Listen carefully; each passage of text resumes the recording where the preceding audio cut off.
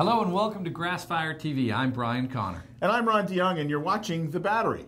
Brian, this is a big week. We've been working diligently, rallying support for our efforts in opposition of the internet sales tax. Yes. This is a monstrous tax that, frankly, I think a lot of people aren't even aware of. Right. But it's something that Harry Reid, the Senate Majority Leader, has all but promised he will pass through the Senate this next week, Monday or Tuesday, when they return from their recess.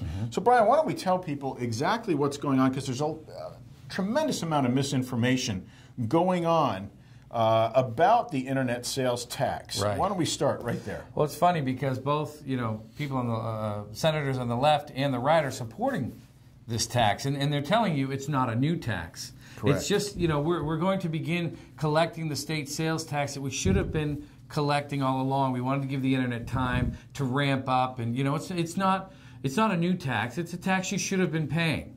Or the one that it's a fair tax for local merchants. In fact, it's not. It's the big businesses, the big internet companies support this bill because they see it as a way to squash the competition. Right. These smaller companies that don't have the administrative capabilities to navigate through these different channels, these tax channels. Because what this Marketplace Fairness Act calls for is for every online retailer to begin paying sales tax to over 9,600 state and local authorities. Yes. I mean, it's going to be an incredible, incredible burden. Well, the burden is, what, about $24 billion. Right. But then scored out over a decade, that's $382.5 billion, and that's conservative. We anticipate that number is going to far exceed that. Right, with the growth of the internet year after year, over the course of 10 years, it's going to be, nearly $400 billion.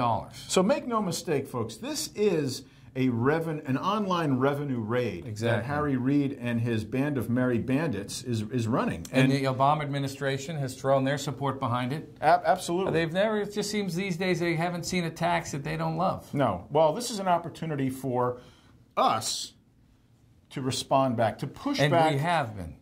If you'd let me finish, I would have said that same thing, but that's okay. Trying to jump in. We've got but days, Brian, to really kind of push back and challenge this and let lawmakers know that in no way do we support this bill. So what are we doing to give people an opportunity or platforms with which to speak? Well, we have two different platforms.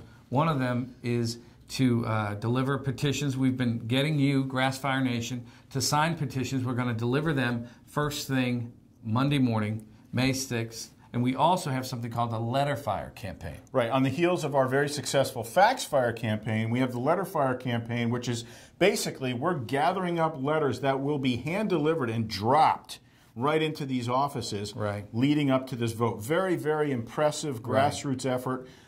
We would just encourage everybody, if you haven't yet signed the petition, do so by going to grassfire.com. You'll see it right there on the front page. Also, if you have signed, continue to alert your friends and consider taking even more action by signing up for a LibertyFire. Right. We're encouraging people to watch their email inboxes for important updates from Grassfire, as well as one that has a very important video we'd like you all to watch. For Brian Connor, I'm Ron DeYoung. You've been watching The Battery on Grassfire TV.